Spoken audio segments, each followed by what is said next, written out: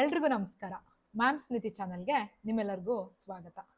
So ಇವತ್ತಿಂದು ನಮ್ಮ essay topic ಏನಂದ್ರೆ ಕರ್ನಾಟಕದಲ್ಲಿ ಮೆನ್ಸ್ಟ್ರುಯಲ್ ಲೀವ್ದು ಪಾಲಿಸಿ. ಯಾಕಂದ್ರೆ ರೀಸೆಂಟ್ ಆಗಿ ಇದು ಈ ಬಿಲ್ನ ಪಾಸ್ ಮಾಡಿ ಆಕ್ಟ್ ಮಾಡಿದ್ದಾರೆ. ಅಂಡ್ ವುಮನ್ ಎಂಪವರ್ಮೆಂಟ್ ಯೂಶುವಲಿ ನಮ್ದು ಒನ್ ಆಫ್ ದ ಟಾಪಿಕ್ ಎಸ್ಸೆಲಿ ನಾವು ಎಕ್ಸ್ಪೆಕ್ಟ್ ಮಾಡುವಂತಹದ್ದು. ಸೊ ವುಮನ್ ಎಂಪವರ್ಮೆಂಟ್ ಅಲ್ಲಿ ಗವರ್ಮೆಂಟ್ ಆಫ್ ಕರ್ನಾಟಕ ಇತ್ತೀಚೆಗೆ ತೆಗೆದುಕೊಂಡಂತಹ ಒಂದು ಮೆನ್ಸ್ಟ್ರುಯಲ್ ಲೀವ್ ಪಾಲಿಸಿ ಬಗ್ಗೆ ಬರೀರಿ ಅಂತಾನು ಡೈರೆಕ್ಟ್ ಕ್ವಶನ್ ಕೇಳ್ಬೋದು. ಇಲ್ಲ ಅಂತ ಅಂದ್ರೆ ವುಮನ್ ಎಂಪವರ್ಮೆಂಟ್ ಅಲ್ಲಿ ವುಮನ್ ಎಂಪವರ್ಮೆಂಟ್ ಅಂತ ಕೇಳಿದಾಗ್ಲೂ ಅದರಲ್ಲೂ ನೀವು ಈ ಕರ್ನಾಟಕ ಮೆನ್ಸ್ಟ್ರುಯಲ್ ಲೀವ್ ಪಾಲಿಸಿನ ಕಂಪ್ಲೀಟ್ ಆಗಿ ಒಂದು ಆಲ್ಮೋಸ್ಟ್ ಒಂದು 50 to 60 ವರ್ಡ್ಸ್ ಇದನ್ನ ಬರೆದ್ರೂ ಕೂಡ ಒಳ್ಳೆ ಮಾರ್ಕ್ಸ್ ನಿಮಗೆ ಸಿಗುತ್ತೆ.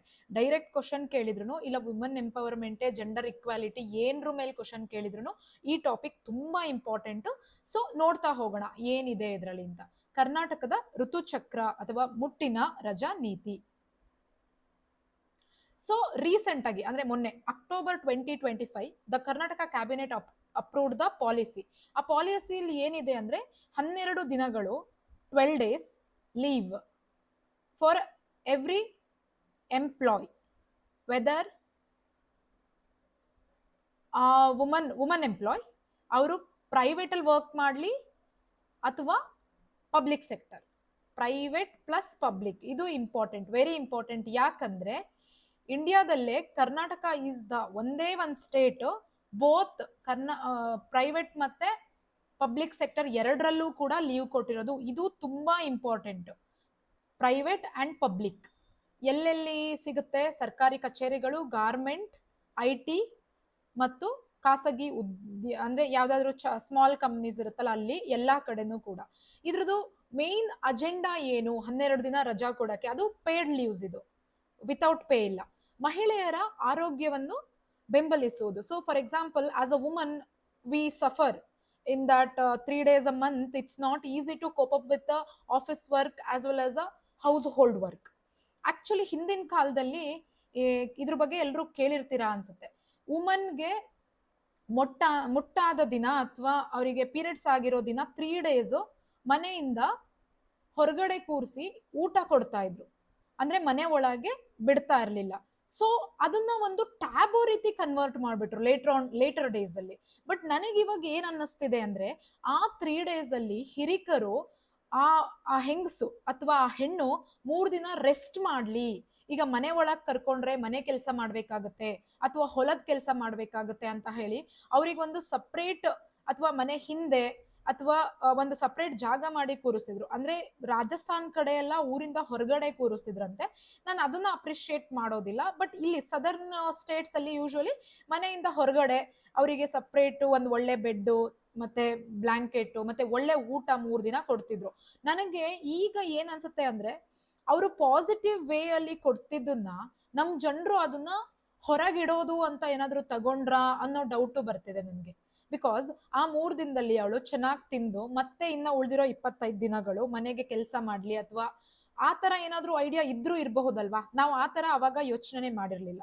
ಪ್ರೊಬಬ್ಲಿ ಯಾವ ರೀಸನ್ ಇದ್ರೂ ಕೂಡ ಗುಡ್ ವೇ ಅಲ್ಲಿ ಥಿಂಕ್ ಮಾಡೋ ಹಂಗಿದ್ರೆ ಅದು ಹೊರಗಡೆ ಕೂರ್ಸಿದ್ರು ಕೂಡ ಆ 3 ದಿನದಲ್ಲಿ ಅವಳು ರೆಸ್ಟ್ ಮಾಡಿ ರಿಜುವಿನೇಟ್ ಮಾಡ್ಕೊಳಕ್ಕೆ ಒಂದು ತಕ್ಕಂತ ಸಮಯ ಸಿಗ್ತಾ ಇತ್ತು ಅಂತ ನನಗ್ ಪರ್ಸನಲಿ ಇವಾಗ ಅನ್ಸುತ್ತೆ. ಅಂಡ್ ಕರ್ನಾಟಕ ಗೌರ್ಮೆಂಟ್ದು ಈ ಮೂವ್ಗೆ ನಾವೆಲ್ಲ ಗೌರ್ಮೆಂಟ್ಗೆ ಥ್ಯಾಂಕ್ಸ್ ಹೇಳಲೇಬೇಕು. ಯಾಕಂದ್ರೆ ವುಮನ್ಗೆ ಆ 3 days ಅಲ್ಲಿ ಅಟ್ಲೀಸ್ಟ್ 1 day ರೆಸ್ಟ್ ಮಾಡಿದ್ರೆ ಮತ್ತೆ ಉಳಿದಿರೋ 25 ದಿನಗಳು ಅವಳು ಕರೆಕ್ಟ್ ಆಗಿ ಎಫಿಷಿಯಂಟ್ ಆಗಿ ವರ್ಕ್ ಮಾಡಬಹುದು. ಅಂಡ್ ದೆನ್ ಈ ಪಾಲಿಸಿನ ಇಂಪ್ಲಿಮೆಂಟೇಷನ್ ಏನೇನ್ ನೀತಿಗಳಿದೆ ಇದೆಲ್ಲ ಜನರಲ್ ಸ್ಟೇಟ್ಮೆಂಟ್ಸ್ ಇದಾವೆ. ಕರ್ನಾಟಕ ನೀತಿಯು ವಿಶಿಷ್ಟವಾಗಿದೆ ಏಕೆಂದರೆ ಅದು ಆಸ್ ಐ ಡಿಸ್ಕಸ್ಡ್ ಸಾರ್ವಜನಿಕ ಮತ್ತು ಖಾಸಗಿ ಎರಡೂ ವಲಯಗಳಲ್ಲೂ ಕೂಡ ಕಡ್ಡಾಯವಾಗಿರುತ್ತದೆ. ಅಂಡ್ ಈ Karnataka is the first state ಇಂಡಿಯಾದಲ್ಲಿ ಪಬ್ಲಿಕ್ ಮತ್ತೆ ಪ್ರೈವೇಟ್ ಮಾಡಿದ್ದು.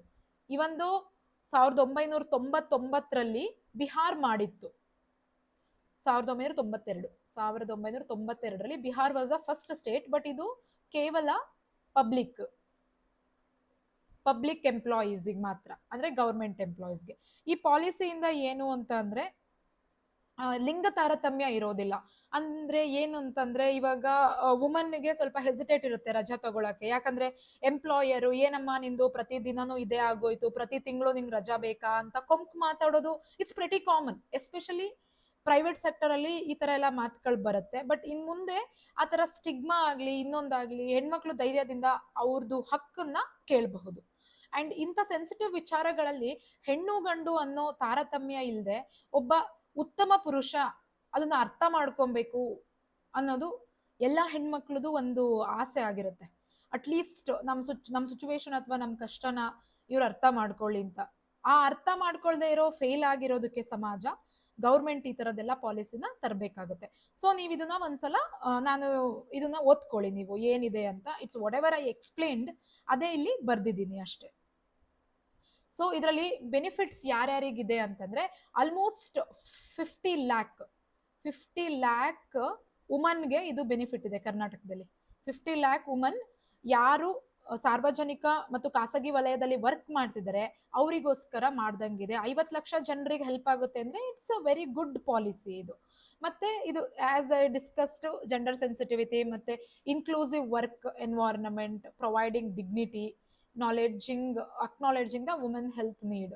ಅಂದ್ರೆ ಜನರಿಗೆ ಒಂದು ಅವೇರ್ನೆಸ್ ಮೂಡ್ಸೋಕೋಸ್ಕರನೇ ಈ ಒಂದು ಹೊಸ ಪಾಲಿಸಿ ಬಂದಿದೆ. ಮತ್ತೆ ಇವಾಗ ನೋಡಿ, ಫಾರ್ ಎಕ್ಸಾಂಪಲ್ ನಾನು ಹೇಳಿದೆ ಇಂಡಿಯಾದಲ್ಲಿ Karnataka was the first state for both private sector and public sector. But ಕರ್ನಾಟಕನ ಬಿಟ್ಟು ಕೂಡ ಬಿಹಾರ್, ಒಡಿಶಾ ಅಂಡ್ ಕೇರಳ ಇವು 3 ಸ್ಟೇಟ್ ಅಲ್ಲಿ ಮೆನ್ಸ್ಟ್ರುವಲ್ ಲೀವ್ ಇದೆ. ಬಿಹಾರಲ್ಲಿ ಪಬ್ಲಿಕ್, ಬಟ್ ಬಿಹಾರಲ್ಲಿ ಒಂದು ಗುಡ್ ಥಿಂಗ್ ಅಂದ್ರೆ 12 ದಿನ ಲೀವ್ಸ್ ಇದೆ. ಅಲ್ಲ 24 ಡೇಸ್, ಸಾರಿ 2 ಡೇಸ್ ಲೀವ್ ಕೊಟ್ಟಿದ್ದಾರೆ. ಒಡಿಶಾದಲ್ಲಿ 12 ಡೇಸ್. ಕೇರಳದಲ್ಲಿ ಮಾಡಿದ್ದಾರೆ but only for educational institution. ಅಂದ್ರೆ ಎಜುಕೇಶನಲ್ ಇನ್ಸ್ಟಿಟ್ಯೂಷನ್ ಅಲ್ಲಿ ಮಾತ್ರ ಲೀವ್ ಇದೆ. ಪ್ರೊಬಬ್ಲಿ ಫರ್ದರ್ ಡೇಸ್ ಅಲ್ಲಿ ಅವರು ಕೂಡ ಪ್ರೈವೇಟ್ ಮತ್ತೆ ಪಬ್ಲಿಕ್ ಎರಡೂ ಮಾಡಬಹುದು. ಒಂದ್ ಸ್ಟೇಟ್ ಅಲ್ಲಿ ಅದು ಉತ್ತಮವಾದ ರೆಸ್ಪಾನ್ಸ್ ಅಥವಾ ಎಫಿಷಿಯಂಟ್ ಆಗಿ ವರ್ಕ್ ಆದ್ರೆ ಆಲ್ಮೋಸ್ಟ್ ಎಲ್ಲಾ ಸ್ಟೇಟ್ಸ್ ಅಲ್ಲೂ ಈ ತರ ಲಾಸ್ ನ ತರೋದು ದೊಡ್ಡ ವಿಚಾರಗಳೇ ಅಲ್ಲ. ಸಿ ಈಗ ಕರ್ನಾಟಕ ಪಾಲಿಸಿಯಲ್ಲಿ ಬ್ರಾಡರ್ ಆಗಿ ನಾನು ಎಕ್ಸ್ಪ್ಲೈನ್ ಮಾಡಿದೆ, ಗವರ್ಮೆಂಟ್ ಅಂಡ್ ಪ್ರೈವೇಟ್ ಸೆಕ್ಟರ್ ಅಲ್ಲಿ ಇದೆ. ಅಂಡ್ ಬಿಹಾರಲ್ಲಿ it's only for the government employees. ಇದನ್ನೇ ನನ್ನ ಮೇಲೆ ನಿಮ್ಗೆ ಡಿಸ್ಕಸ್ ಮಾಡಿದೆ. ಈ ತರ ನಾನು ಯಾಕೆ ಬರ್ದಿದ್ದೀನಿ ಅಂದ್ರೆ ನೀವೊಂದು ಪಾಯಿಂಟ್ ಮಾಡ್ಕೊಂತೀರಲ್ವಾ ಈ ವಿಡಿಯೋ ನೋಡಾದ್ಮೇಲೆ, ಸೊ ನಿಮ್ಗೊಂದು ಐಡಿಯಾ ಬರುತ್ತೆ ಹೇಗೆ ವಿಡಿಯೋ ಪಾಯಿಂಟ್ಸ್ ಮಾಡ್ಕೊಬೇಕಂತ. ಅದೇ ನನ್ನ ಉದ್ದೇಶ. ಅದಕ್ಕೋಸ್ಕರನೇ ನಾನು ನಿಮ್ಗೆ ಇದನ್ನ ಮಾಡಿ ಹಾಕಿರ್ತೀನಿ. ಇಲ್ಲ ಅಂತಂದ್ರೆ ನಾನು ಡೈರೆಕ್ಟ್ ಆಗಿ ಹಾಗೇನೆ ಬರೀಬಹುದು, ಎಲ್ಲವನ್ನು ಒಂದು ಸ್ಲೈಡ್ ಅಲ್ಲಿ ಬರೆದ್ಬಿಟ್ಟು ಕೊಡ್ಬೋದು. ಬಟ್ ನೀವು ಪಾಸ್ ಮಾಡ್ಕೊಂಡು ಏನಾದ್ರೂ ನೋಟ್ಸ್ ಮಾಡ್ಕೊಳ್ಳೋ ಹಂಗಿದ್ರೆ ಇದು ಹೆಲ್ಪ್ ಆಗುತ್ತೆ ನಿಮ್ಗೆ. Number of days as we discussed, ಕರ್ನಾಟಕದಲ್ಲಿ 12 ದಿನ, ಬಿಹಾರಲ್ಲಿ 24 ದಿನ, ಒಡಿಶಾದಲ್ಲಿ ಮತ್ತೆ 12 ದಿನ, ಕೇರಳದಲ್ಲಿ ಇಟ್ಟು ಎಜುಕೇಶನ್ ಡಿಪಾರ್ಟ್ಮೆಂಟಿಗೆ ಮಾತ್ರ ಇದೆ, ಅಲ್ಲೂ ಕೂಡ ಪ್ರೊಬಬ್ಲಿ 12 ಡೇಸೇ ಇರುತ್ತೆ. ಸೊ ಇದನ್ನ ಸ್ವಲ್ಪ ನೆನ್ಪಿಟ್ಕೊಳ್ಳಿ. ಯಾಕಂತಂದ್ರೆ ಎಸ್ಸೆ ಬರೆಯುವಾಗ ಇದರಲ್ಲಿ ಪರ್ಟಿಕ್ಯುಲರ್ ಇದೇ ಟಾಪಿಕ್ ಎಸ್ಸೆ ಕೊಟ್ಟಾಗ ನೀವು ಬೇರೆ ರಾಜ್ಯಗಳ ಜೊತೆ ಕಂಪೇರ್ ಮಾಡಿನೂ ಕೂಡ ಮಾಡಿ ಬರಿಬೇಕಾಗತ್ತೆ. ಅದಕ್ಕೋಸ್ಕರ ಅಂಡ್ ಈ ನಾನು ಹೇಳಿದೆ ಪೀರಿಯಡ್ಸ್ ಅಥವಾ ಋತುಚಕ್ರ, ಮುಟ್ಟು ಇದನ್ನ ಒಂದು ಟ್ಯಾಬು ತರ ನೋಡ್ತಾರೆ. ದೇವಸ್ಥಾನದೊಳಗೆ ಹೋಗಂಗಿಲ್ವಂತೆ, ಆದ್ರೆ ಕೆಲ್ಸಕ್ಕೆ ಬರ್ಬೇಕು ಅಂತಾರೆ, ಮನೆ ಕೆಲಸ ಮಾಡ್ಬೇಕಂತೆ. ಹೆಂಗೆ ದೇವಸ್ಥಾನದಲ್ಲಿ ಹೋಗಂಗಿಲ್ಲ ಅಂದ್ರೆ ಮನೇಲೂ ರಜಾ ಕೊಡಿ. ಇವಾಗ ಸ್ವಲ್ಪ ಈಕ್ವಾಲಿಟಿ ಇದ್ದಂಗಿದೆ. ಅಡ್ವಾಂಟೇಜ್ ಏನಾಯ್ತು ಇದರಿಂದ? ವುಮನ್ ಹೆಲ್ತ್ಗೆ ಒಂದು ಆ ಮೂಮೆಂಟ್ ಅಲ್ಲಿ ಅವಳು ವೀಕ್ ಆಗಿದ್ರು ಕೂಡ ಕೆಲ್ಸಕ್ಕೆ ಹೋಗ್ಲೇಬೇಕಾಗಿತ್ತು. ಕೆಲವ್ರಿಗೆ ಮನಿ ನೀಡು, ಕೆಲವ್ರಿಗೆ ಅವಶ್ಯಕತೆ ಹೋಗೋದು.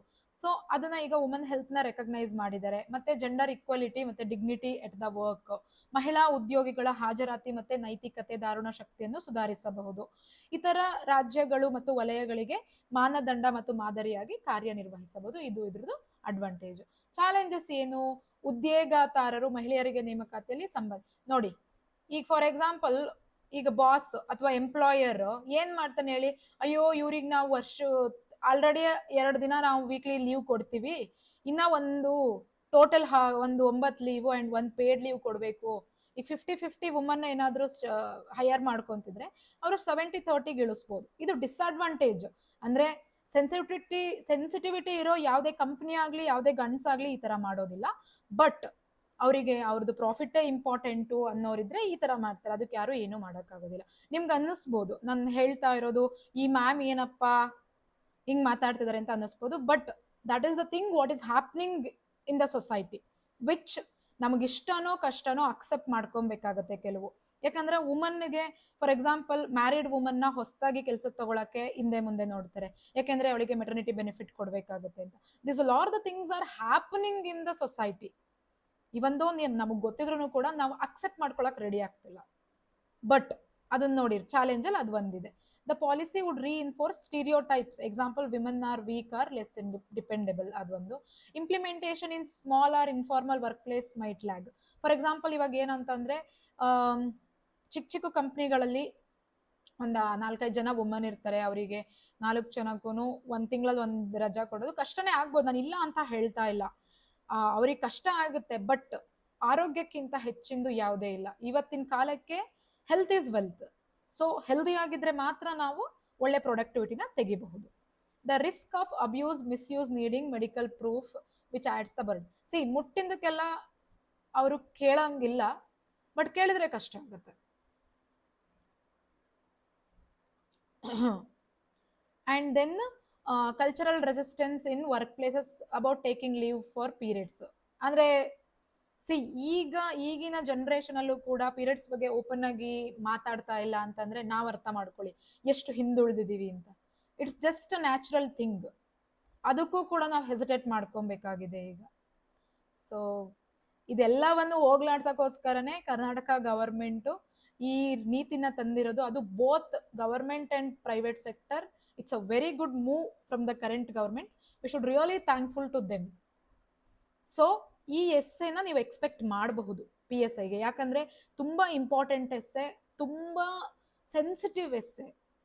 ಒಂದು ವುಮನ್ದು ಯಾವ ಕಷ್ಟ, ಐ ಥಿಂಕ್ ಈ ಎಸ್ಸೆನ ವುಮನ್ಗಿಂತ ಚೆನ್ನಾಗಿ ಮೆನ್ನೆ ಬರೀತಾರೆ. Because if he can understand what woman goes through ಅನ್ನೋದು ಅವ್ರಿಗೆ ಗೊತ್ತಾದ್ರೆ ದೇ ಕ್ಯಾನ್ ರೈಟ್ ದಟ್ ಇದನ್ನ ಹೆಂಗ್ ಅವರು ಇದು ಡಿಫೆಂಡ್ ಮಾಡ್ತಾರೆ ಅಂದ್ರೆ ಇದು ಬೇಕಾಗಿತ್ತು, ಇದು ಮುಂಚೆನೆ ಬರ್ಬೇಕಾಗಿತ್ತು, ಸ್ವಲ್ಪ ಲೇಟ್ ಆಗಿದೆ, ಬಟ್ ಸ್ಟಿಲ್ ಬಂದಿದ್ಯಲ್ಲ, ಅದಕ್ಕೆ ನಾವು ಖುಷಿ ಪಡ್ಬೇಕು. ಅಂಡ್ ಯಾರ್ಯಾರು ಈ ವಿಡಿಯೋ ನೋಡಿದ್ರ ದಯವಿಟ್ಟು ಈ ಎಸ್ಸೆನ ಬರೆದ್ಬಿಟ್ಟು ಮ್ಯಾಮ್ಸ್ ನೀತಿ ಗ್ರೂಪ್ ಅಲ್ಲಿ ಹಾಕಿ, ಚಾನಲ್ದು ಲಿಂಕ್ ಡಿಸ್ಕ್ರಿಪ್ಷನ್ ಅಲ್ಲಿ ಹಾಕಿರ್ತೀನಿ. That's all for the day. Thank you one and all.